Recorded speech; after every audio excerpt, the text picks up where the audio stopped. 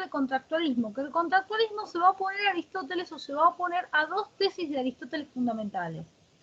Una de las tesis de Aristóteles fundamentales a las que se opone el contractualismo es la de la desigualdad natural, es decir, recordar que uno, por condición de nacimiento, le correspondía un lugar en la sociedad. Si uno no era griego, le correspondía ser esclavo; si era griego, bueno, dependiendo si era mujer, correspondía ser la que administraba la casa; si era varón, correspondía, bueno, ser un ciudadano que administrara el Estado. ¿Sí? O sea, todos tenemos un orden en la sociedad conforme a nuestro orden natural.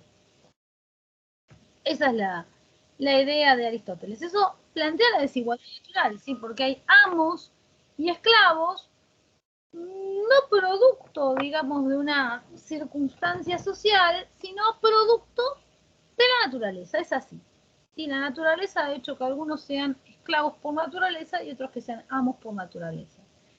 Tesis que se continuó cada vez que se necesitó, entre comillas, que se necesitó, que vino bien, ¿no? Esclavizar gente, se utilizó ese discurso aristotélico. ¿Sí? Para eso Aristóteles vino como anillo al dedo en muchos momentos históricos. En ese sentido, la Ilustración y Hobbes, que es anterior a la Ilustración, se oponen a esa tesis de Aristóteles, sosteniendo que los hombres en estado de naturaleza somos todos iguales. Es decir, que si somos libres o somos esclavos es una condición social, no es una condición natural. La segunda tesis a la que se opone Hobbes y por ende todos los contractualistas es la idea de que el hombre es un zoón político. O sea, la segunda tesis que se oponen de Aristóteles. Los contractualistas es que el hombre es un zoón politicón. Recuerden que esto significaba que el hombre es un ser viviente que habita la polis. Es decir, que nacemos para vivir en sociedad, para vivir con otros hombres. Como yo siempre, cuando doy este tema en Aristóteles, siempre digo que Tarzán, para Aristóteles, no puede ser hombre. ¿Por qué? Porque no vive con los otros hombres. Para ser hombre hace falta que vivamos dentro de una comunidad humana. No es suficiente con la biología. Bien, estos autores piensan lo contrario. Probablemente piensan lo contrario porque ya están atravesados por el cristianismo, ¿sí? Donde para el cristianismo bastaba para ser hombre el solo hecho de ser imagen y semejanza de Dios. Entonces no importa si vivo o no vivo en una comunidad humana, por el hecho digamos, de naturalmente ser hombre, de tener una biología humana, soy hombre, no requiero de la comunidad para ser hombre. Entonces, ¿qué ocurre? Ocurre ahí que se desnaturaliza, ¿sí?, la polis, que se desnaturaliza la sociedad civil. ¿Qué es una sociedad civil? Una sociedad civil es una sociedad como la que vivimos nosotros, es decir, una sociedad regida por leyes, una sociedad que está regulada por leyes, que está reglamentada, ¿sí?, que tienen normas que les dan orden. Entonces, con Aristóteles, las sociedades civiles, o sea, las diferentes sociedades civiles, porque Argentina es una sociedad civil y Turquía es otra sociedad civil, las diferentes sociedades civiles son naturales para Aristóteles, ¿sí? Están en la naturaleza del hombre, porque aunque sea, digamos, el hombre tiene que nacer dentro de una familia, y dentro de una familia, aunque esa familia, supónganse, viva alejada y aislada de cualquier otra sociedad civil, hay normas de autoridad, o sea, hay autoridad y hay normas. Por ejemplo, la autoridad patriarcal. La autoridad patriarcal es una autoridad natural. Entonces el hombre está, vamos a decirlo así, naturalizado, tiene en su esencia el vivir con otros y el vivir bajo normas. Esa es la mirada aristotélica. O sea, cuando dice que el hombre es un zoón politicón, aparte de decir que habita la polis, que solamente se realiza en la polis y bla, bla, bla, también está diciendo que por naturaleza vivimos con normas, vivimos bajo leyes, cosa que los animales no viven bajo leyes, podrán vivir bajo instinto, pero no bajo leyes, no hay leyes, o sea, los monos no tienen una ley, o los leones, o los tigres, o los perros no tienen una ley, o sea, tendrán instinto, tendrán comportamientos basales, pero no son leyes, ¿sí? En cambio los seres humanos tenemos leyes y tenemos autoridad. Bueno, entre las especies animales hay autoridades, pero tienen que ver con cuestiones de fuerza, ¿sí? A ver, bueno, quién se impone, cuestiones de liderazgo. también de acuerdo a cada especie va a actuar diferente la autoridad. Pero en el caso del hombre, desde la perspectiva de Aristóteles, tenemos la autoridad patriarcal y, digamos, naturalizada. ¿Sí? O sea, es natural. Bueno, los contractualistas van a decir que no, que el hombre en el estado de naturaleza, es decir, el hombre puede vivir perfectamente solo, puede vivir sin necesidad de la ayuda o de la solidaridad de otros hombres. ¿Sí? Esto genera unos inconvenientes que tratan, digamos, de siempre sobrellegarlos, pero la idea es que en última instancia termina siendo el contractualismo, que tal vez no en los primeros años, pero que tal vez después, de pasado, digamos, los primeros años de vida, el hombre puede vivir solo sin necesidad de los congéneres. Entonces la sociedad no es algo natural al hombre. Esa es la idea. Esas son las dos tesis de Aristóteles que el contractualismo rebate. Otro aspecto que tiene el contractualismo, que es obviamente como resultado de estas dos tesis, es la idea de que la sociedad civil surge conforme a un pacto. Al ya no ser algo natural, tiene que surgir de alguna manera. Es decir, ¿cómo explicamos que vivimos dentro de una sociedad civil? Entonces la idea de los contractualistas, que allá lejos y hace tiempo, digamos, nuestros antepasados, vivían en estado de naturaleza, es decir, vivían en un estado como los animales, sin que hubiera leyes. En ese estado, o sea, ¿qué es el estado de naturaleza? ¿Sí? Para que me habían preguntado que no habían entendido qué era el estado de naturaleza. El estado de naturaleza es un estado primitivo, originario de la humanidad. Actualmente no hay estado de naturaleza, o al menos desde la perspectiva contractualista actualmente no habría estado de naturaleza, pero sería un estado originario, primitivo, insisto, de la humanidad, donde los hombres vivíamos sin formar sociedades o asociaciones y por ende vivíamos sin leyes. Al vivir sin leyes, éramos perfectamente libres e iguales. Es decir, los antepasados de los reyes de España o de los reyes de Inglaterra y nuestros antepasados, en ese pasado donde estábamos todos o estaban todos ellos en el estado de naturaleza, eran absolutamente iguales. ¿Sí? La cosa va a cambiar a partir del pacto. ¿Sí? La situación va a cambiar a partir del pacto. Pero en aquel momento éramos absolutamente iguales. Además de ser absolutamente iguales, somos absolutamente libres porque no hay leyes. Y lo único que nos va a regir a eso se le llama anomia jurídica, ¿sí? Falta de leyes, no hay leyes. Lo único que nos va a regir nuestra conducta o nuestra vida es la ley natural. Este es un concepto fundamental en los contractualistas, tienen que prestarle mucha atención, porque en cada contractualista tiene un matiz diferente. La ley natural, el aspecto común en todos ellos, es que tiene que ver con la autoconservación, es decir, es fundamentalmente un principio instintivo que me permite la conservación de mi vida. ¿Sí?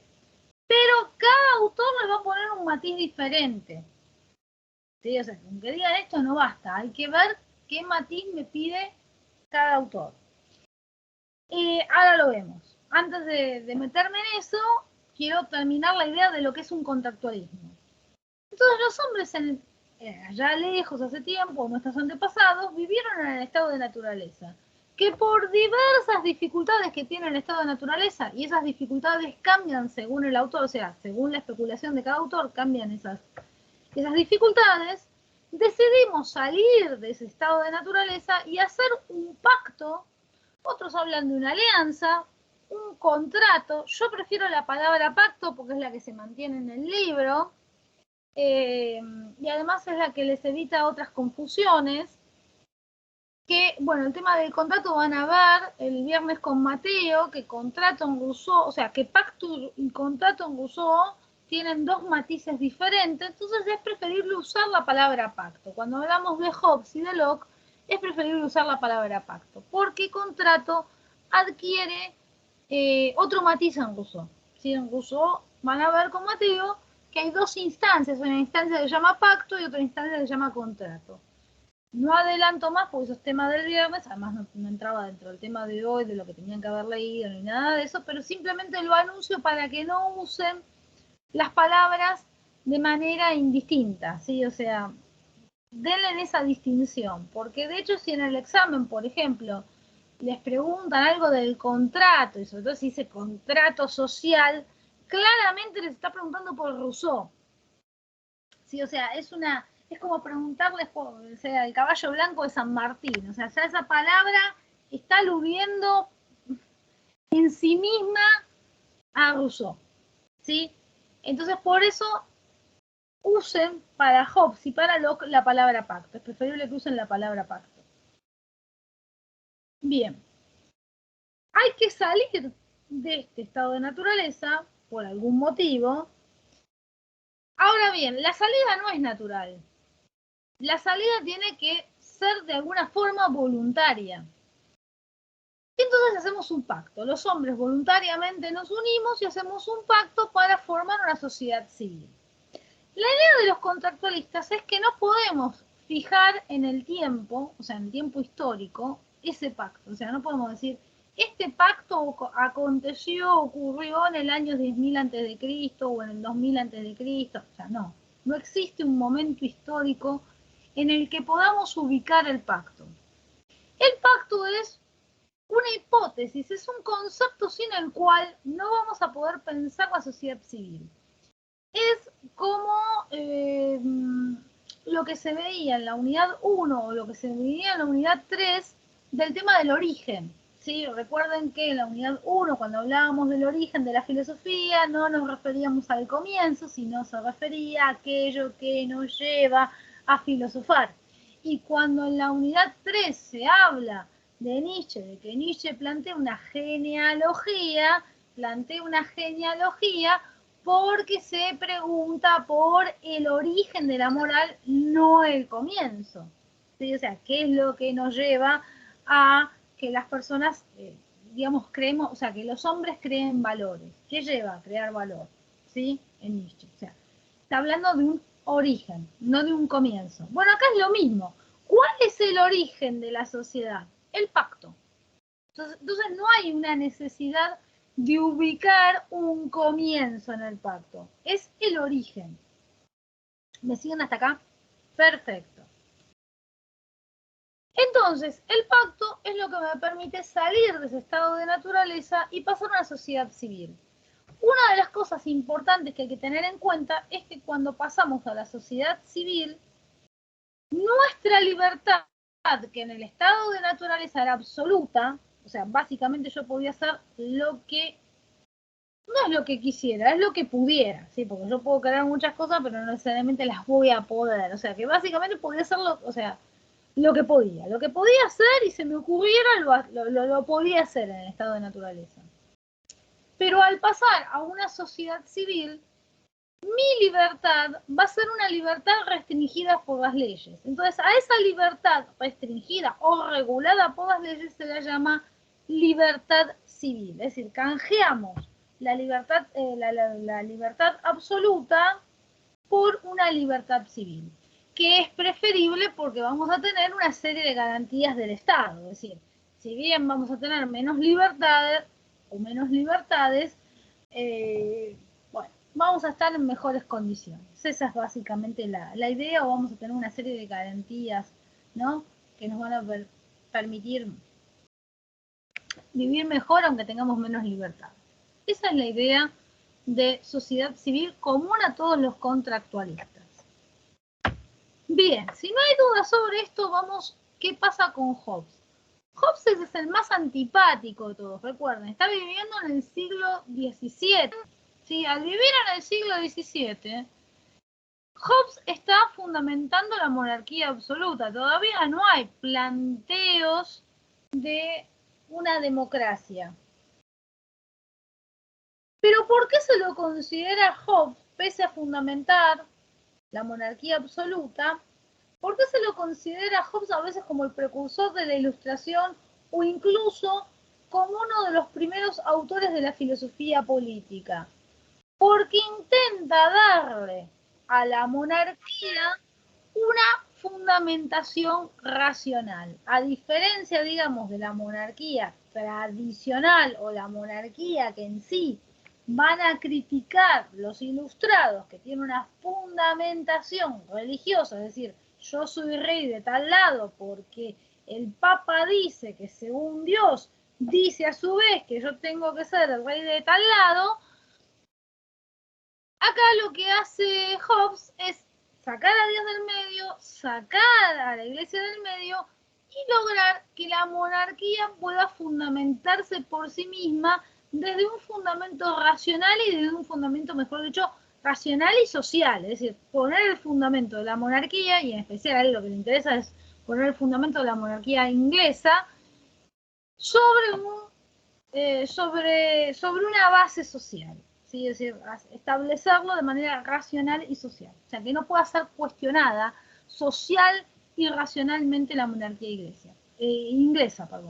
¿Por qué quiere que no sea cuestionada la monarquía inglesa desde un punto de vista racional y social? Porque es cuestionada desde un punto de vista religioso. ¿Sí? Cuando Enrique VIII decide separarse de la Iglesia Católica y fundar la Iglesia Anglicana y ser él el máximo ministro de la Iglesia Anglicana, es decir, ser él el rey, digamos, no sé cómo es el término correcto en la Iglesia Anglicana, pero bueno, será como el primer ministro de la Iglesia, ¿no? Pierde todo el aval de la Iglesia Católica como rey.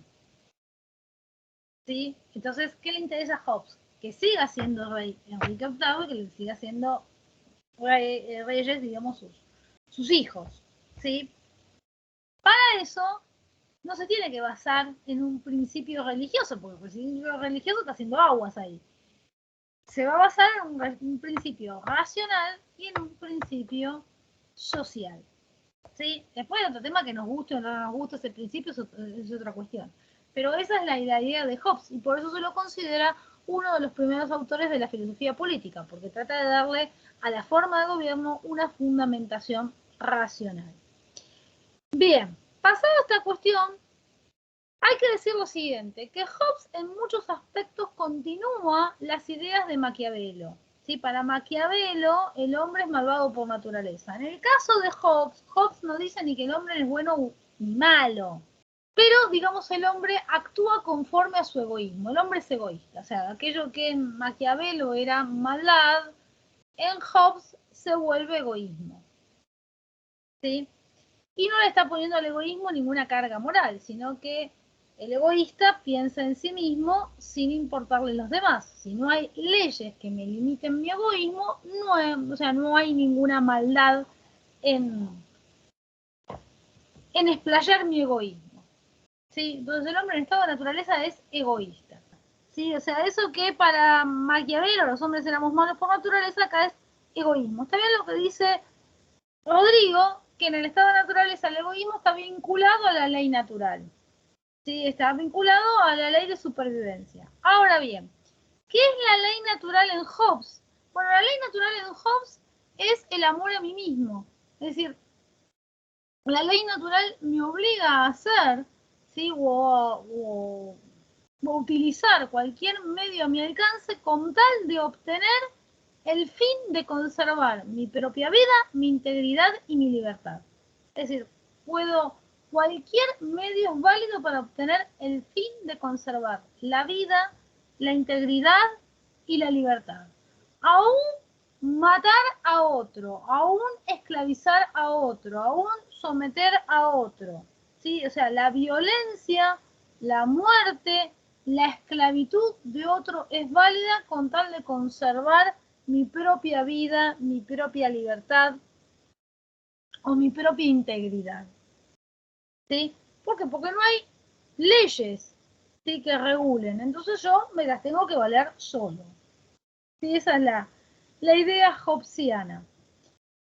Hasta ahí, bueno, no podríamos decir que no es nada del otro mundo, pero ¿qué ocurre? Ocurre que para Hobbes, ¿sí?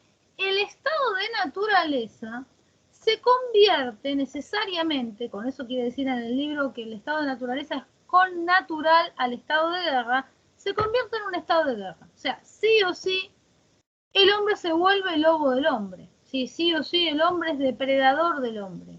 Sí o sí, vamos a vivir en un estado de permanente guerra, de permanente disputa o de permanente violencia entre nosotros. Esa es la idea hobbesiana. ¿Por qué? Por la ley natural. Pero aparte de por la ley natural hay tres causas que hacen que este estado de naturaleza devenga un estado de guerra. Antes de explayarme en esas tres causas, tengo que explicar lo siguiente, que para Hobbes, en el estado de naturaleza, no hay propiedad privada. Entonces hay posesión, hay usufructo de los bienes. Y como tenemos una libertad absoluta, todos nosotros tenemos libre disposición, digamos, a usufructuar los bienes que están en la naturaleza. Es decir, yo veo un árbol de manzanas y tengo libre disposición a agarrarme las manzanas, o veo un conejo ahí dando vuelta y tengo libre disposición a agarrarme el conejo, etcétera, etcétera, etcétera. Ahora bien, la cuestión va a estar cuando en vez de yo querer agarrar las manzanas que estén en el árbol, quiero agarrar las manzanas que estén en una canasta que juntó otro. ¿Qué pasa? Por más que las haya juntado otro, las manzanas, en Hobbes, las manzanas siguen siendo de la naturaleza. Entonces yo tengo libre disposición a agarrar esas manzanas. ¿Qué ocurre? El otro se va a defender. Entonces ahí van a empezar las causas que van a generar que el estado de naturaleza devenga un estado de guerra. ¿Sí? O sea, esa libre disposición a obtener los bienes de la naturaleza, dado que no hay propiedad privada, o sea, que no hay leyes para garantizar, decir, esto es mío o esto es de aquel, nos van a llevar sí o sí al estado de guerra. Pero para ir más claramente, ¿cuáles son esas causas? ¿Sí? ¿Cuáles son esas causas? Ese sería como el principio. ¿Cuáles son las causas? Bueno, la primera causa es la competencia, que es cuando dos o más individuos compiten por un mismo bien. ¿Sí? Supónganse las manzanas juntadas en la canasta, o una porción de tierra, o el agua. ¿Sí? Puede ser, si hay escasez de agua, puede ser, o no importa, se me ocurrió usar el agua que está ahí, que está usando otro. Bueno, entramos a competir y en esa competencia hay una lucha a muerte y el que gana, bueno, va a usar, digamos, eso que disponía, hasta que no venga otro y se establezca también competencia con respecto a eso. ¿Sí? Entonces, la primera causa de guerra es la búsqueda de apoderarse de un bien y la competencia con los demás para apoderarse de ese bien, ¿sí? Para poder conquistar ese bien o obtener ese bien. La segunda causa es defensiva, ¿sí? Tiene que ver con la defensa y la llama la seguridad o la búsqueda de la seguridad. O sea, la causa es la inseguridad y lo que busco es mi defensa o mi seguridad. Por ejemplo, yo junté un par de manzanas, ¿sí? Y tengo miedo de que venga otro y me las quiera quitar. Entonces, antes de que otro venga a quitármelas, cualquiera que veo cerca, bueno, establezco una lucha a muerte, ¿no? Para que no me quiten o sea, para que no me maten y me quiten las manzanas, ¿no? O sea, es la causa defensiva, ¿sí? Lo llama como causa es la inseguridad y tiene como propósito la propia defensa, ¿sí? La defensa de la propia vida. ¿Sí? La primera causa es la competencia y tiene como fin la obtención de un bien. La segunda causa es la inseguridad y tiene como fin, digamos, conservar la vida, ¿no? La seguridad. Y la tercera causa es la que está vinculada a demostrar a los demás que soy superior. Entonces establezco una lucha a muerte con alguien para mostrarle al resto que soy superior, es decir, para ganar la gloria, para ganar el respeto, para ganar la reputación. Eso, así se llama la tercera causa, ¿sí? Por la gloria o la reputación. Entonces, no importa cuál sea la causa, siempre va a haber alguna de estas tres causas que van a terminar desencadenando que el estado de naturaleza sea un estado de guerra. ¿Sí? Esa es la idea de Hobbes. O sea que sí o sí en el estado de naturaleza siempre vamos a terminar todos contra todos. Para ilustrar un poco el estado de naturaleza de Hobbes hay que pensar un poco, supónganse, los juegos del hambre, cuando mandan a los muchachos ahí a hacer los juegos en pareja, ¿no? Que es un todo vale, y el que sobrevive, bueno, va a ser el que gana. O también Walking Dead, ¿no? O sea, que están en un estado completamente sin anomias, sin figuras de autoridad, más que los líderes así, chapuceros que puedan ir saliendo. Y entonces, bueno, ¿qué pasa? Bueno, viven en un estado de guerra, permanentemente hay desorden, descontrol, grupos que se atacan unos contra otros, ¿no? Bueno, eso es un poco, ahí te escucho, Delfina, eso es un poco la mirada hobbesiana del estado de naturaleza, ¿sí? O sea, que en el estado de naturaleza jamás podríamos vivir bien, sino que sería un desastre como Walking Dead, o también otra serie más vieja, que ya me había olvidado, Los. ¿Sí? En Los, cuando caen en esa isla desierta, algunos son más razonables, quieren actuar más estilo Locke, y otros quieren estar, no estoy hablando de Locke el personaje, estoy hablando de Locke el filósofo, porque Locke el personaje tiene muy poco del Locke filósofo. Quieren actuar más tipo Locke, filósofo, y otros actúan completamente en el sentido hobbesiano. ¿Por qué vamos a salir de ese estado de naturaleza ahí? Porque la verdad que es un estado de naturaleza que no se puede nada, o sea, literalmente no se puede producir ni se puede comerciar. Es decir, a mí no se me puede ocurrir en ese estado de naturaleza decir, bueno, voy a plantar tomate, así dentro de, no sé cuánto tarda el tomate en crecer, pero supónganse de acá a 6 meses, o perdón mi ignorancia, digamos, ahí, de agricultora, bueno, voy a tener unos buenos tomates. No, porque cuando el tomate esté más o menos para cosechar, me van a pegar un palo por la cabeza y me los van a robar. Entonces no hay posibilidad de producir. Tampoco hay posibilidades, de acuerdo a este criterio de Hobbes, de que supónganse yo agarro, caso 2 conejos, veo que otro, no sé, cazó un pavo y decir, bueno, a ver, te cambio, un poco desproporcionado, pero no importa, te cambio un conejo por un pavo, no sé, te cambio esto por aquello, ¿no? No hay posibilidades en Hobbes. O sea, supongo que o yo conseguí manzana y veo que otro consiguió banana, no hay posibilidad de decirle, bueno, a ver, te cambio un par de manzanas por un par de bananas, no. O sea, si yo quiero las bananas del otro, voy a tratar de matarlo, si el otro quiere mi manzana, va a tratar de matarme, ¿no? O sea, es un poco esa idea. O sea, no hay posibilidad ni de producción ni de comercio. Entonces tenemos que salir de ese estado de naturaleza. Bien, vamos a salir a través del pacto. ¿Qué pasa? El pacto de Hobbes es uno de los pactos más complicados porque no todos pactan. Pactan algunos, ¿sí? O sea, pactan todos menos uno, menos el que va a ser soberano. Para Hobbes tiene que ser así. Porque para Hobbes es importante que al menos un individuo, o que en realidad un individuo, conserve su libertad como una libertad absoluta. ¿Sí? Porque todos los que vayamos a pactar o todos los que pacten van a perder esa libertad absoluta para transformarla en una libertad civil. Pero para Hobbes es importante que al menos un individuo, sobre todo un individuo, no pierda esa libertad absoluta. Porque una vez que formemos el Estado, alguien tiene que crear las leyes. Y a los otros, al haber pactado y al haber aceptado ser regulados por la sociedad civil, ya no podemos crear las leyes. Esa es la concepción de Hobbes. Ya nosotros al pactar no podemos crear las leyes, entonces como no podemos crear las leyes, tiene que haber alguien que no haya pactado para sí crear las leyes. ¿Sí?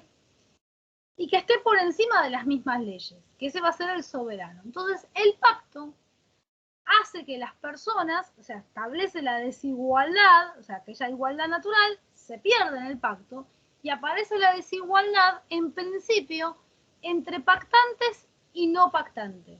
Los pactantes van a devenir súbditos, el no pactante va a devenir soberano.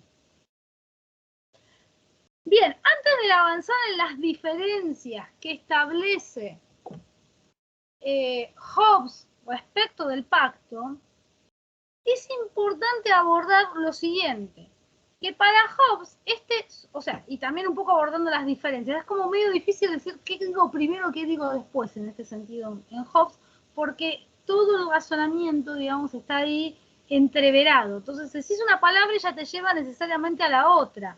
No puedes explicar los conceptos aisladamente, tenés que explicarlos como prácticamente todos al mismo tiempo. Bueno, tenemos que del pacto surgen los súbditos y surgen el soberano. Para Hobbes tiene que ser así. ¿Por qué? Porque la sociedad civil, entiende Hobbes, está fundamentada en el Estado. Y el Estado, entiende Hobbes, tiene que ser un ser viviente, tiene que ser un leviatán. Y la única manera en que sea un ser viviente el Estado es que el Estado esté encarnado en una persona física. Es decir, que el Estado, que es una persona artificial, ya explico qué significa esta palabra, tiene que estar en un encarnado de una persona física. Entonces ahí aparece otra distinción en el pacto, persona artificial y persona física. ¿Qué es la persona artificial? Bueno, la persona artificial es una representación de otras personas. ¿Sí? Supónganse, si yo digo la Universidad de La Matanza, es la representación de toda una comunidad, de la comunidad de los estudiantes, de la comunidad de los ingresantes, de la comunidad de los docentes, de la comunidad de los no docentes, de la comunidad de los administrativos, de la comunidad de los que están en, no sé, en la seguridad, en los servicios de maestranza, etcétera, etcétera, etcétera. Todos los que pertenecen a la matanza, de las autoridades, todos los que pertenecen a la matanza, somos representados por la Universidad de La Matanza. Pero la Universidad de La Matanza no es una persona física, es una persona artificial, nos representa. ¿Sí? Bien, Hobbes entiende que las personas artificiales tienen que ser encarnadas por alguien físico. ¿Sí? Por ejemplo, la Universidad de La Matanza, como cualquier otra universidad, tiene una máxima autoridad que son tienen sus máximas autoridades que son los rectores, o las naciones actuales tienen sus máximas autoridades que son los primeros ministros o los presidentes, ¿sí? Pero Hobbes entiende que esa máxima autoridad tiene que estar encarnada en una persona física. Entonces, a ver, la persona artificial es una representación de un conjunto, mientras que la persona física es una persona natural, o la persona natural es una persona física, y puedo usar los dos términos en equivalentes, ¿no? Sí, la persona natural es una persona física que es autora de sus dichos y actos. ¿Sí? Ahí aparece otra expresión, porque el pacto nos diferencia entre autores y actores. Entonces, recapitulemos y así puedo seguir avanzando. El pacto se divide entre pactantes, que de ahí van a salir los súbditos. Los súbditos son personas físicas porque son autores. ¿Autores de qué? De sus dichos y actos. Es decir, que supónganse, si yo voy mañana a frente a la Casa Blanca y digo una serie de improperios al presidente de los Estados Unidos, bueno, estoy sujeta a las leyes de los Estados Unidos a que, bueno, me condenen o me traten como requieran las leyes por haber dicho una serie de improperios, ¿no? al presidente de los Estados Unidos, ¿sí? O como pasó acá hace unos años atrás cuando estaba Macri, era presidente, que hubo unos chicos que no sé si hicieron unas bromas, no, que le mandaron unas amenazas a Macri, y que era una joda en realidad, pero bueno, los tontos, o sea, la joda, digamos, lo que no tuvieron en cuenta los tontos, que vos no podés, o sea, hacer en joda una amenaza. O sea, claramente era una joda porque no tenían ni con qué amenazar, pero no importa, vos no podés hacer en joda una amenaza. Entonces, ¿qué ocurre? O sea, es un delito amenazar, y amenazar a un jefe de Estado ni que hablar, o sea, es peligro de magnicidio. Entonces estuvieron, no me acuerdo, supongo que ya los deben haber liberado, pero estuvieron un montón de tiempo, hasta donde yo creo que habían estado bastante tiempo presos, o menos un tiempo, por hacer una burrada, ¿sí? A lo que voy. Las personas físicas, estoy ejemplificando con algo sonso, Pero las personas físicas somos dueños de nuestros dichos y actos, porque somos autoras, entonces nos responsabilizamos. Aunque yo diga, ay, no, pero espera, era una joda, no te lo tomes en serio. No importa. Soy dueña de mis dichos y actos. Entonces, sí, el soberano es una persona artificial porque representa, ¿sí?, a todos los súbditos, ¿sí?, a todas las personas naturales o físicas que pertenecen al reino en este caso, pero además de todo, esta persona artificial es actor, no autor. Si él se vale de esta distinción, Hobbes se vale de esta distinción del teatro, sí, básicamente de esta distinción de dramaturgia teatral, donde supónganse el actor que interpreta a Romeo no es el autor de las líneas que dice, el autor de las líneas que dice el actor que está representando a Romeo es Shakespeare. ¿Sí? Entonces, ¿qué pasa? Según Hobbes, el soberano, el rey, no es autor de lo que dice, él es un ejecutor de lo que dice. Los autores de lo que dice el rey somos los súbditos, es el pueblo. El rey solamente le da cuerpo a esa persona artificial. Y acá hay una cuestión que es muy importante. En Hobbes, la persona artificial se devora a la persona física. Es decir, la persona física desaparece como tal. Y todos los actos que haga el soberano es el Estado el que los está haciendo. Es el rey. O sea, si el rey de Inglaterra le pega un cachetazo al hermano o a alguien, no es la persona física la que le está pegando el cachetazo.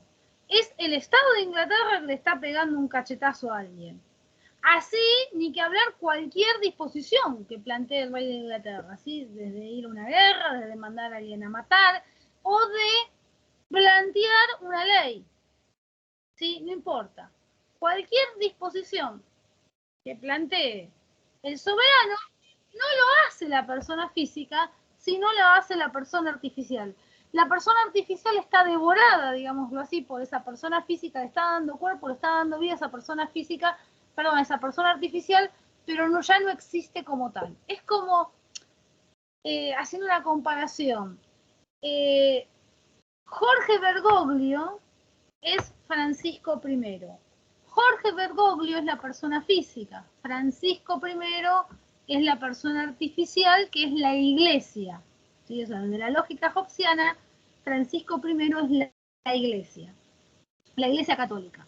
Cualquier acto que diga o haga Jorge Bergoglio no lo hace en función de que es Jorge Bergoglio, lo hace en función de que es la iglesia. O sea, si un cardenal cualquiera dice una barrabasada X, no importa qué barrabasada, bueno, es un cardenal cualquiera que después, bueno, las autoridades, digamos, de la diócesis o del Vaticano podrán decir, no, no estamos de acuerdo con el proceder que ha tenido este cardenal, este obispo, este cura específico. Bueno, perfecto, porque está hablando a título personal. O sea, más allá de que tiene una autoridad social o una autoridad religiosa, no deja de ser una persona física.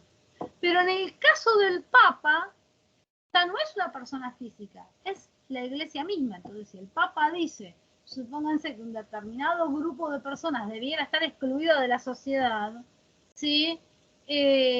No sé, los trasplantados debieran estar excluidos de la sociedad, digo así, una cosa delirante a propósito, ¿no? Los trasplantados debieran estar excluidos de la sociedad, no es la persona física la que lo está diciendo, es la misma iglesia católica. ¿Sí? O sea, la persona física ha sido devorada por la persona artificial. Entonces, del pacto surgen todas estas diferencias. Entonces, hay una cuestión que es fundamental, que lo vi muy repetidamente en los cuestionarios de ustedes y de otras comisiones, que es la idea a veces, no en todos, pero muchos, de que el pacto lo hacen todos. En Hobbes, no. En Locke y en Rousseau, sí. Pero en Hobbes, no todos pactan. Es necesario que haya uno que no pacte para que pueda ser el monarca. Ahora bien, este que no pacta, que por eso va a ser soberano, persona artificial y ejecutor, es decir, que él nunca va a ser responsable de nada que haga y diga, bueno, es el que puede hacer las leyes, tiene un poder absoluto. Plantea, por eso Hobbes, una monarquía absoluta, este tiene un poder absoluto. Es decir, que tiene concentrado en sí mismo los tres poderes. El poder ejecutivo, el poder legislativo, es decir, el poder de dar leyes, hacer las leyes y no cumplirlas él, eso es fundamental en la monarquía absoluta que plantea Hobbes, ¿no? El monarca tiene, o sea, que el monarca dicte una ley no significa que él la cumpla. O sea, no la tiene por qué cumplir. ¿Sí? Cualquier parecido con la realidad, me callo la boca. Pero esa es una función del monarca, o sea, él no tiene por qué cumplir las mismas leyes que él establece, porque él está encima de las leyes. ¿Sí? Y también tiene la máxima autoridad con respecto al poder judicial. ¿Por qué digo la máxima autoridad? Y porque el rey habitualmente no estaba en todos los juicios habidos y por haber. Tenía, digamos, gente a la que designaba, ¿no? O sea, jueces a los que designaba para llevar a cabo juicios. Obviamente que las cuestiones importantes las llevaba a cabo él, o en última instancia él tenía. De hecho, mientras existió monarquía, y creo que todavía existe en los países donde hay monarquía, o sea que aunque en sí estén gobernados por primer ministros, creo que todavía existe o existió hasta hace muy poco lo que se denominaba el perdón del rey. ¿Sí? Que alguien podía ser condenado por las leyes, pero si el rey te perdonaba, listo. O sea, indulto del rey creo que se le llama, perdón o indulto del rey. ¿Sí? O sea, vos podés ser condenado por las leyes porque te encontraron que eras el asesino de 40 personas, tienen todas las pruebas. Pero si el rey te indulta, te indultó. Y no hay, o sea, y anda a cantar, o sea, anda a llorar al carpito, como dicen, ¿no? Anda a cantar la magolla. O sea, no hay vuelta. Igual las monarquías actuales tienen funciones restringidas. Pero dentro, aunque sean funciones restringidas, algunas cosas siguen bastante vigentes de lo que dice Hobbes. Y otra de las cosas importantes del planteo de Hobbes es que el rey plantea el derecho consuetudinario. ¿Sí? Es decir, establece el uso el uso y las costumbres. Es decir, que el rey puede, supónganse, decir cómo debemos de vestir. ¿Sí? Por ejemplo, yo no sé hasta qué punto realmente es cierto, porque no es que me puse a leer libros de historia para saber esto, pero bueno, supuestamente se dice, así en fuentes no demasiado oficiales, que la reina Isabel I o Elizabeth I, lo mismo, digamos, a las mujeres de la corte les prohibía usar determinados colores de vestido para lucirse más, o sea, para usar ella esos colores y lucirse más ella, ¿no? Lo cual no me llamaría la atención, porque está dentro de justamente de las atribuciones del rey. Poder decirte cómo me tengo que vestir o cómo no me tengo que vestir. Poder decir a qué religión tengo que pertenecer, a qué fiestas vamos a celebrar, qué fiestas no vamos a celebrar. En fin, entra dentro de las libertades del rey. Es la distinción entre deber civil, obligación civil y libertades civiles. Son tres cosas distintas. La libertad civil es la libertad que el súbdito tiene, ¿sí? Permitida por las leyes. ¿Sí? El rey dice que puedo navegar en el río. Si el rey dice que puedo navegar en el río, independientemente si voy a navegar en el río o no, bueno, lo puedo hacer. Es una libertad civil que tengo. O tal vez la libertad civil que tengo de navegar en el río porque no hay una ley expresa que el rey diga no se puede navegar en el río. Entonces, hasta que no diga no se puede navegar en el río, bueno, yo tengo permitido navegar en el río. Eso es una libertad civil. Una obligación civil es algo, digamos, es como un impuesto, es decir, es algo que tengo que cumplir, hacer sí o sí, es decir, básicamente una carga impositiva, es decir, es algo que debo realizar sí o sí sin obtener ningún beneficio. Y el deber civil es muy similar a la obligación civil, porque tampoco voy a obtener ningún beneficio, pero en vez de ser una carga impositiva, o sea, en vez de ser una carga de dinero o algo que yo le tenga que dar al fisco, ¿sí? O sea, por ahí no es dinero lo que tengo que dar al fisco, sino es un porcentaje, no sé, de mis propiedades, o un porcentaje de mi producción, o un porcentaje de, no sé, si soy una persona que me dedico a la importación-exportación, un porcentaje de las mercaderías que estoy sacando o trayendo. O sea, a veces no es el dinero, sino es otra cuestión material. El deber no es algo material, sino es alguna función que tengo que hacer, digamos, para la corona o para el Estado, sin obtener ningún beneficio. Por ejemplo, ir a la guerra. Sí, si el rey dice que tengo que ir a la guerra para defender, digamos, al Estado, tengo que ir a la guerra. Listo, aunque pueda terminar muerto. ¿Se entiende esto? Y lo último que puedo decir desde Hobbes, antes de escuchar las preguntas de ustedes, es que en Hobbes yo tengo el derecho de, digamos, si me entero de que el rey me mandó a matar, ¿sí? De que sí, que voy a ser encarcelado y corre riesgo mi vida, hay la ley natural, sí que es la supervivencia, es el amor a sí mismo, es superior, dice Hobbes, a la ley civil. Que cuando yo veo comprometida mi ley natural, yo puedo, digamos, fugarme, puedo intentar escaparme para salvarme de esa situación. O supónganse que el rey diga, no, está prohibido defenderse si te vienen a asaltar o te vienen a asesinar. Bueno, yo tengo derecho de defenderme igual y después tener que huir, porque me voy a volver un infractor de la ley, ¿no? O sea, supongamos que me vienen a asesinar, está permitido que me vengan a asesinar y no que me defienda, de acuerdo a las leyes que dice el rey, supónganse, ¿no? Si yo me defiendo, bueno, tendré que huir, porque en realidad mi ley natural es superior a mi ley civil. Sí, o sea, en última instancia, el hombre ha cedido todo lo que quiera por la sociedad civil, pero la supervivencia, el instinto de supervivencia no lo cede nunca. O sea, eso es básicamente, en conclusión, lo que nos está diciendo Hobbes. Sí, escucho ahora las dudas que puedan haber quedado, que no hayan sido resueltas de Hobbes. Profe, yo tengo una duda de una pregunta que dice, ¿cómo fundamenta Hobbes la igualdad natural de los hombres en lo corporal y en lo espiritual? Creo que no hace mucho Bien, fundamento en el libro. no, ahí lo que nos dice,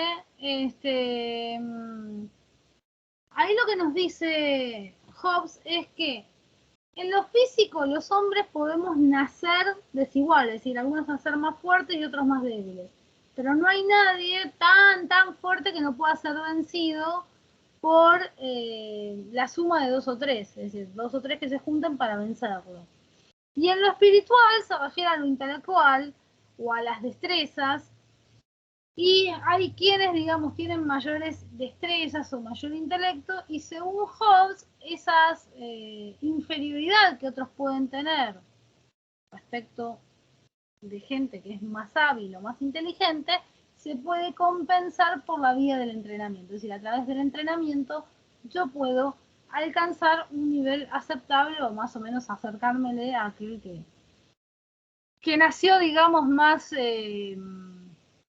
mejor, intelectualmente mejor dotado, ¿sí? O sea, se refiere a eso. Otra cosa importante es que el monarca es vitalicio en Hobbes, ¿sí? No le podemos pedir al monarca que renuncie. Tampoco podemos conspirar contra el monarca por más malo que sea. Hay que esperar que se muere, que venga el que sigue en línea sucesoria y cruzar los dedos de que sea mejor que el que se fue. Y que no sea peor, ¿no? O sea, es un poco esa idea. También la soberanía, otra de las características que tiene el planteo hobbesiano es que la soberanía es indivisible, o sea, solamente le pertenece al rey. No puede compartir su soberanía ni sus funciones con nadie más, o sea, ni con el hijo, ni con la esposa, ni con nadie. Es complejo si como filósofo está haciendo una crítica o no, porque sí, está fundamentando un orden dado, pero hay que tener en cuenta que ese orden dado está cuestionado, entonces no es que lo está fundamentando de una manera crítica, indudablemente tiene sus consideraciones donde entiende que ese orden dado es mejor a otro orden dado que venga, o sea, que venga un rey impuesto por la Iglesia Católica, ¿no? O sea, porque en realidad ahí no está en cuestionamiento si cambiamos un rey por una democracia. Ahí lo que está en cuestionamiento es cambiamos un rey inglés por poner un rey español, por ejemplo, o un rey escocés, o un rey irlandés, o hacemos un casamiento entre una de las hijas en este caso era María, la hija mayor del rey de Enrique VIII, con el rey español, ¿no? O sea, lo que está en cuestionamiento ahí es que tenemos un rey anglicano e inglés o tenemos un rey extranjero y católico. Bueno, frente a eso, él prefiere un rey inglés, aunque sea anglicano. Ahí está. Esa es la idea. Delfina, te escucho. Sí, una consulta. ¿Ley y libertad civil serían lo mismo o tampoco serían? No es lo mismo.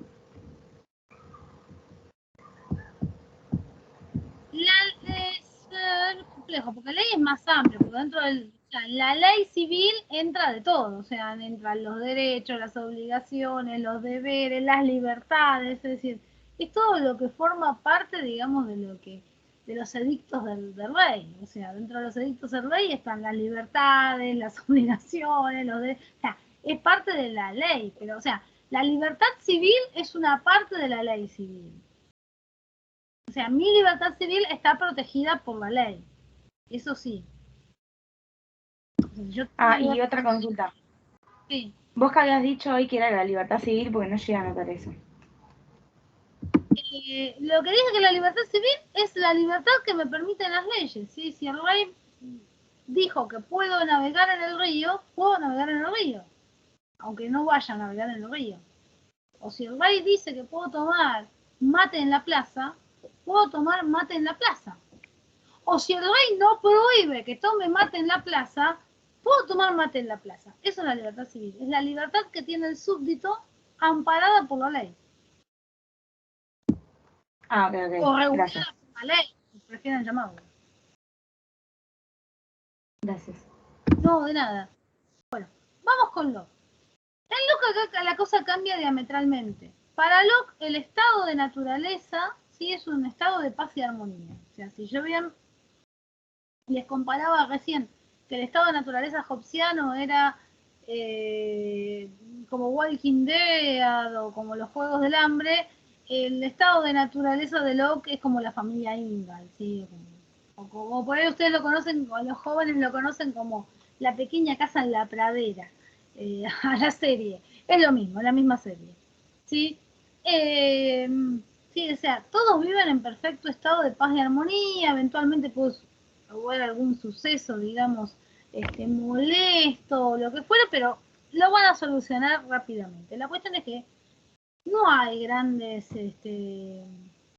problemas, digamos, en ese tipo de sociedad. Entonces todos viven en paz y armonía. Y fundamentalmente viven en paz y armonía en ese estado de naturaleza, porque, digamos, Locke, en vez de seguir, digamos, la línea medio de Maquiavelo, sigue la línea agustiniana, ¿sí? La línea de que el hombre es bueno por naturaleza porque es una creación de Dios y todo lo que es creado por Dios es bueno. O sea, de hecho, piensen que la misma fundamentación de la propiedad del trabajo, de la propiedad privada en Locke, e inclusive de la imposibilidad de quitarse la propia vida, están vinculadas a un principio o a un fundamento religioso. ¿Sí? O sea, yo no me puedo quitar mi vida porque me la dio Dios, o sea, no me pertenece.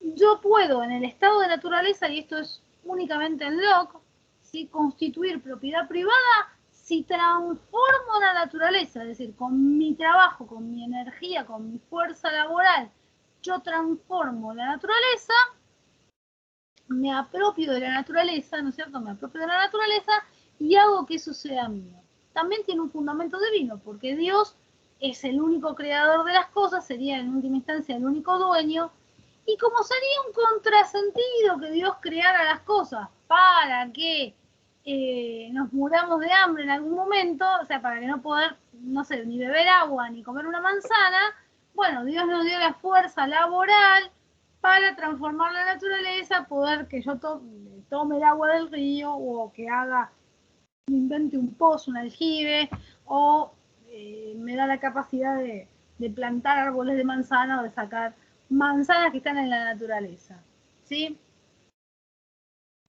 Entonces, a través de esa fuerza laboral, imprimo un cambio en la naturaleza, me apropio de la naturaleza, se hace mío y es propiedad privada. O sea, las manzanas que yo saqué del árbol son mías, ¿sí? El cerco que yo puse en la tierra establece la distinción entre lo que no es de nadie y lo que es mío, ¿sí? Para Locke, yo tengo como límite, ¿sí?, lo que puedo trabajar, yo o mi grupo familiar, ¿sí?, lo que puedo producir. Quienes sean más, digamos, más trabajadores, van a obtener mayores productos. Quienes sean menos trabajadores, bueno, sacarán solamente para su subsistencia. Bueno, de ahí depende cada uno, ¿sí? Depende, digamos, el esfuerzo, el mérito de cada uno. ¿Sí? Si soy más trabajador, extraeré más producto e inclusive no solamente produciré para mi subsistencia, sino que produciré para intercambiar por otros objetos. Y si soy más vago, bueno, me alcanzará para sobrevivir y nada más. Locke entiende que que dado este estado de naturaleza donde vivimos en paz y armonía y donde inclusive podemos apropiarnos de la tierra y hacer usufructo de la tierra conforme a nuestra capacidad laboral o no, propia o del núcleo familiar,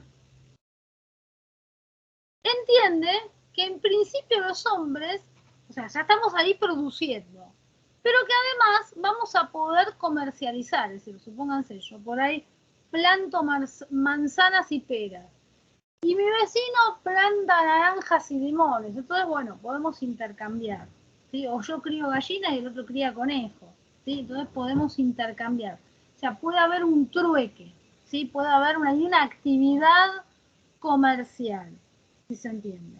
Ahora bien, esta actividad comercial tiene un límite, que es que los productos son perecederos. ¿Sí? Si yo cambio una gallina por un conejo y no me lo como el conejo en suficiente tiempo, bueno, claro, siempre los estoy intercambiando muertos, ¿no?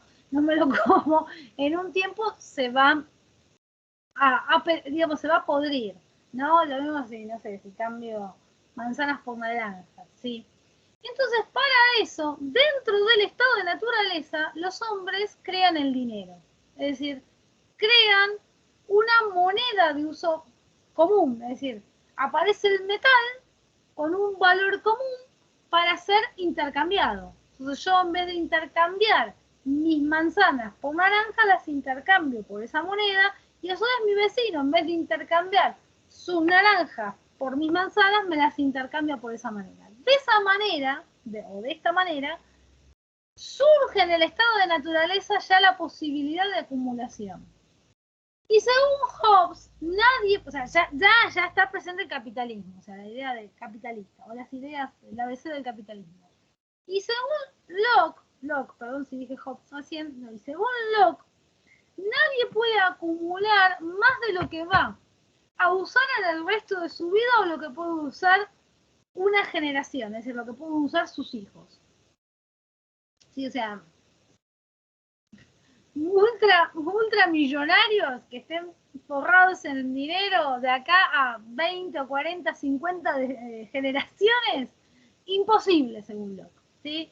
O sea, yo a lo sumo puedo acumular, ¿sí?, un capital donde puedo vivir tranquila yo y podrán vivir tranquilos mis hijos, ¿sí? Ahora, si mis nietos no laburan o mis hijos no laburan para dejarle algo a mis nietos, bueno, tendrán que laburar mis nietos, ¿no? O sea, imposible que se acumule para más de 2 generaciones. Esa es la idea de Locke. También Locke entiende que nunca hay desabastecimiento en la naturaleza, ¿sí?, que siempre Dios da los suficientes bienes en la naturaleza, que aun cuando pareciera que en un lugar faltan los bienes, muestra que en otro hay, y eso se refiere, es un claro guiño a la colonización, ¿sí? Inglesa, o sea, la colonización de las colonias, mejor dicho, inglesas en Norteamérica, ¿sí? O sea, cuando ya falta la tierra, falta materias primas en Inglaterra, bueno, los ingleses se apoderan de Norteamérica y mandan ahí todo lo que no tienen tierra a cambio de que si quieren, bueno, si trabajan una cierta cantidad de años, esas tierras van a ser de ellos, ¿sí? O sea, se van a ser dueños de las tierras simplemente por trabajo. En contraprestación tienen que mandar el producto de, digamos, de lo que trabajen o un determinado porcentaje del producto de lo que trabajen a Inglaterra, ¿sí? Ahí aparecen los colonos ingleses. Entonces, cuando hay desabastecimiento en la naturaleza en un lugar, Dios siempre nos muestra que hay un nuevo lugar donde sí hay materias primas y donde, bueno, podemos repoblar o podemos redistribuir la población. A ver qué me dice Rodrigo. No me acuerdo si dicen que viven en paz o armonía, pero la idea es que se vive de manera armónica, o sea, que no se vive en un estado de guerra, que se vive realmente de una manera aceptable, feliz, agradable. O sea, más allá de si en el texto dice que se vive en paz y armonía. ¿Qué te pasa, Brice? ¿No estás en paz y armonía vos, Brice? No sé si Brice ya ha hecho apariciones hablando, pero ella habla siempre. Bueno, no importa en sí esa palabra, la idea es que es un estado armónico, no es el estado hobbesiano. Es más, no vamos a tener conflictos entre los vecinos, o pueden ocurrir eventualmente conflictos vinculados, digamos, un poco a lo de los límites de las dos, a los límites de la voluntad de San Agustín, ¿no es cierto? Porque alguien haga algo mal por ignorancia o alguien haga algo mal tentado. Pero nunca van a hacer cosas atroces. Siempre tienen que ver con cuestiones, o sea, la idea de Locke es que tienen que ver más que nada con que tal vez alguna vivada, no sé. Mi vecino cría conejos, se me vino un conejo para mi patio y yo agarré y me hice un caldo de conejo, un puchero de conejo. ¿Sí? Todas esas pequeñas ofensas que puedan existir entre vecinos se pueden resolver siempre y cuando exista un tercero que medie entre nosotros.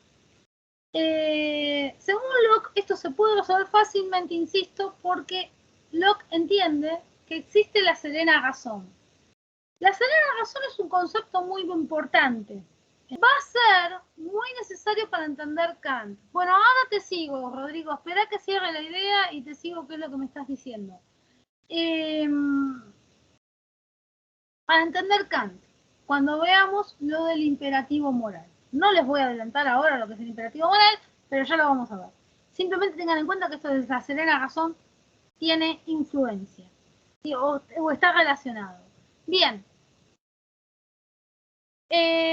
Locke entiende que todos los hombres estamos dotados de serena razón, que es la capacidad, ¿sí?, de medir justamente, de medir con justicia las acciones de los demás, ¿sí? Es decir, poder establecer cuando hay una falta que cometió un tercero y cómo se podría resolver esa situación.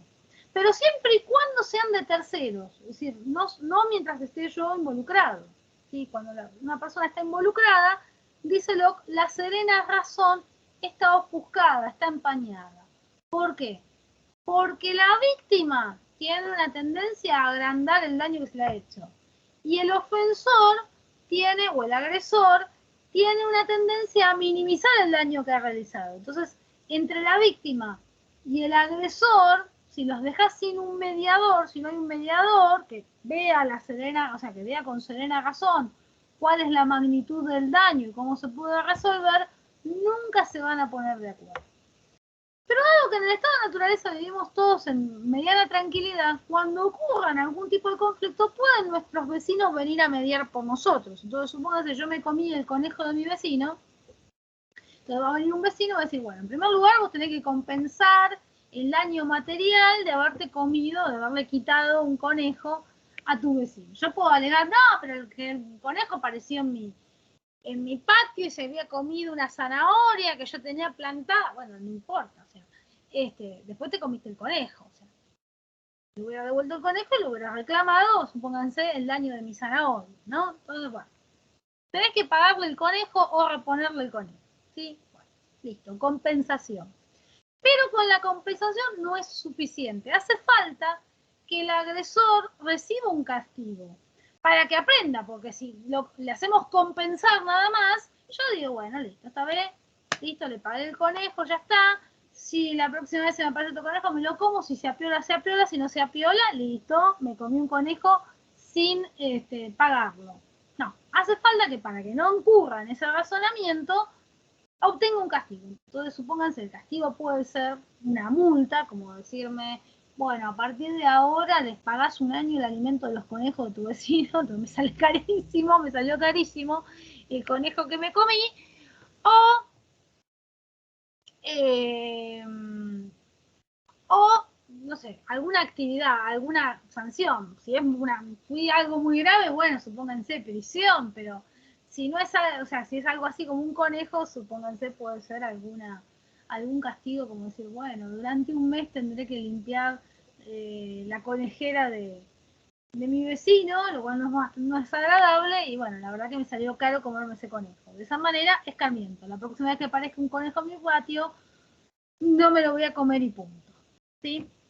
Ahora bien, mientras siempre existe un vecino mediador, ¿sí? Que con su serena razón nos ayuda a resolver el conflicto, la sociedad, o mejor dicho, este estado de naturaleza, se va a mantener en paz. ¿Sí? Vamos a estar en paz. El problema va a estar, o va a suceder, cuando ningún vecino venga a intervenir entre nosotros. Pueden intervenir por muchos razones. Pueden intervenir porque están ocupados, porque tienen otros conflictos o porque están afectados indirectamente, ¿no? O sea, están tan relacionados con nosotros que no serían jueces imparciales, entonces no pueden intervenir. Entonces, cuando nadie intervenga en el conflicto que tengo con el vecino, las agresiones entre mi vecino, o sea, al no ser resuelto ese conflicto, la persona que es víctima puede intentar compensar el agravio a través de una ofensa, realizando una ofensa. Supónganse, yo me comí un conejo, se mete una noche y me robó unas gallinas, ¿sí? Entonces, como una noche se metió en mi corral, me robó unas gallinas, yo después voy y le corto un árbol de manzana de mi vecino. No, entonces como yo le corto un árbol de manzana, después mi vecino agarra y me rompe, no sé, el corral de las ovejas. Entonces las ovejas se me escapan. Y así puede ir escalando, digamos, las agresiones hasta llegar a un punto donde sí la violencia sea tal que lleguemos como un estado de guerra, ¿sí? Donde o lleguemos a amenazar la vida del otro o lleguemos a matarnos, ¿no? Entre nosotros, ¿no? O sea, que ya directamente ya matemos a uno de los otros, ¿sí? Pero no necesariamente, ¿sí? O sea, el estado de guerra puede surgir del estado de naturaleza, pero no necesariamente, según Locke. Y esta es la razón fundamental por la cual los hombres accedemos al pacto, según Locke. Accedemos al pacto para garantizar que siempre haya, o que siempre exista, un juez imparcial para mediar nuestros conflictos. A partir del pacto, de la sociedad civil que se abre con Locke, se forma una monarquía parlamentaria. Bien, en primer lugar, o primera diferencia entre el pacto hobbesiano y el pacto de Locke, es que en el pacto hobbesiano no pactaban todos, el soberano o el que iba a ser soberano no tenía que pactar. Acá, en Locke, todos pactan, inclusive el que va a ser soberano. ¿Sí? ¿Por qué es importante que todos pacten? Porque inclusive el que va a ser soberano está por debajo de las leyes, debe respetar las leyes. ¿Sí? Y ese soberano o ese monarca va a tener un poder limitado en Locke. ¿Sí? Por eso es una monarquía parlamentaria. ¿Quién va a limitar el poder del monarca? El Parlamento. El Parlamento va a estar constituido por representantes del pueblo. Esos representantes del pueblo van a ser los que establezcan las leyes que el mismo monarca debe obedecer. Es decir, que el monarca es aquel que tiene que ejecutar pero siempre de acuerdo a lo que permiten las leyes. Y finalmente tiene que haber un tercer poder, ahí aparece, por eso aparece la división de poderes, que es el poder judicial, que bueno, que existan jueces justamente para garantizar que los ciudadanos ante sus conflictos, bueno, sean resueltos por alguien que esté dotado de serena razón, imparcial. Claro, exactamente. En realidad no solamente en Inglaterra, porque en España también hay algo similar. O sea, actualmente no hay ninguna monarquía parlamentaria. Hay democracias parlamentarias combinadas con monarquías. Pero bueno, el inicio o la justificación de esas democracias parlamentarias, o sea, combinadas con monarquías, que son diferentes, el régimen inglés, del español, del sueco, del holandés, o sea, son diferentes entre sí, bueno, de alguna manera tienen su fundamentación o su asidero en Locke, ¿sí? O sea, la piedra basal está en Locke. Después, obviamente, históricamente no se mantuvo esta... O sea, históricamente no hay nadie que sea hoy en día realmente... O sea, no hay ningún estado que sea una monarquía parlamentaria así, tal cual la pinta Locke. Hay democracias parlamentarias, combinadas, insisto, con monarquías. Pero bueno, Locke fue el primero. Sí, o sea, Locke lo que quería evitar, obviamente, es que terminara, o sea, veía la necesidad de plantear en Inglaterra o en el Reino Unido, porque ya estamos en el siglo XVIII con Locke, en el Reino Unido de plantear una democracia, pero sí que corriera sangre como en Francia, que fue un desastre, porque la Revolución Francesa fue de terror, literalmente. De hecho, hubo unos años que se llamaron los años del terror francés. Eran un terror literalmente. Entonces, bueno, sin caer en ese caos, dijo, bueno, podemos plantearlo de esta manera más organizada. Y los ingleses, que siempre se caracterizaron, o al menos la monarquía inglesa, y la política inglesa, que siempre se caracterizó por ser bastante astuta, bueno, vieron que no estaba tan mal lo que estaba proponiendo Locke y agarraron viaje y de esa manera se evitaron una revolución francesa que les terminara cortando las cabezas a todos. Exactamente, Rodrigo. Con Hobbes son guerras constantes, disputas constantes. Con Locke eventualmente puede haber alguien que tenga un conflicto, pero no es algo constante ni es tampoco algo general. ¿Se entiende? Ah, lo que me olvidaba de decirles de Locke, perdón, detallón que se me fue, que el hombre vive en paz y armonía, como digo yo, en el estado de naturaleza de Locke por la ley natural. Es la ley natural la que nos permite que los hombres vivamos tranquilamente. Porque la ley natural de Locke tiene dos principios. ¿Sí? El primer principio es el amor a sí mismo, que también es la autoconservación, pero el segundo principio es el amor a los semejantes. El segundo principio limita al primero, o sea, hace que yo no me pueda mover de manera egoísta como en Hobbes. ¿Por qué? Porque porque Locke entiende que el amor a la especie, es decir, el amor a nuestros iguales, es tan fuerte o más fuerte que el amor a mí mismo. Es más, hay individuos que se sacrifican a sí mismos por la conservación de la especie o de la sociedad o de lo que fuere, ¿no? Es decir, el amor a los semejantes es lo que nos habilita o lo que nos hace a veces sacrificarnos a nosotros mismos en función de los demás. Entonces, si somos capaces de sacrificarnos por los otros, seríamos incapaces de matar a los otros sin una razón, o sea, a menos que realmente mi vida esté en juego, ¿no? O sea, no voy a matar al otro por una manzana, como en Hobbes. En Hobbes puedo matar al otro por una manzana. Acá no.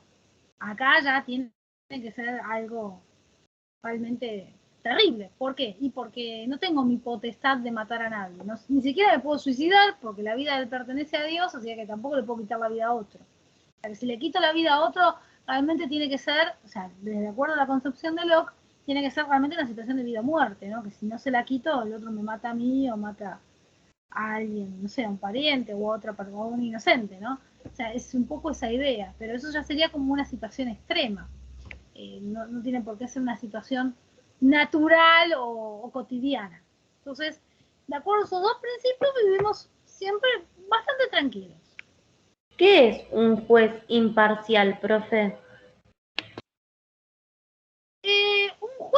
imparcial es alguien que no tiene, que no toma parte, o sea, que es neutral, es decir, es alguien que es neutral, que se aparecen las dos partes, un demandado y un demandante, y no ha tomado parte por ninguno de los dos. Se va a remitir o va a esperar, digamos, a que aparezcan las pruebas para establecer el veredicto. Punto importante también me olvidaba de decir, en el apuro por la hora, es que en el Poder Judicial anglosajón, y que por lo tanto plantea Locke, pasa con el juez algo similar que con el monarca. El juez tiene un poder limitado, ¿sí?, por el jurado, ¿sí? Está el juez, que es el que conoce las leyes, y está el jurado, que es un grupo de ciudadanos elegidos, ¿no? Entonces está el jurado, que es un grupo de ciudadanos. El jurado es el que decide, ¿sí? En el sistema anglosajón, incluido los Estados Unidos tienen el sistema judicial anglosajón, el jurado decide si alguien es inocente o culpable, o si es culpable en qué grado. Y el juez lo que hace es poner la condena. O sea, el juez tiene que poner la condena de acuerdo al veredicto del jurado, ¿sí? Además garantiza, mientras está transcurriendo el juicio o el proceso, que el proceso se dé, digamos, conforme a las condiciones que se tiene que dar en un proceso, o sea, que no exista ningún elemento extraño en ese proceso que, digamos, que no corresponda, ¿no? Garantiza esas, las condiciones de veracidad y de justicia, ¿no?, del proceso. Y pone la sentencia, pero pone la sentencia en base a el dictamen del jurado. El jurado da el dictamen: culpable, inocente, culpable en qué grado. Y el juez da sentencia. Así que si el juez, por más que tenga bronca al tipo, si el jurado dice que es inocente, el juez no lo va a poder condenar, ¿sí? Esa es un poco la idea. ¿Se entiende esto? A ver. Bueno, gente, nos estamos viendo. Buena semana, nos vemos el martes.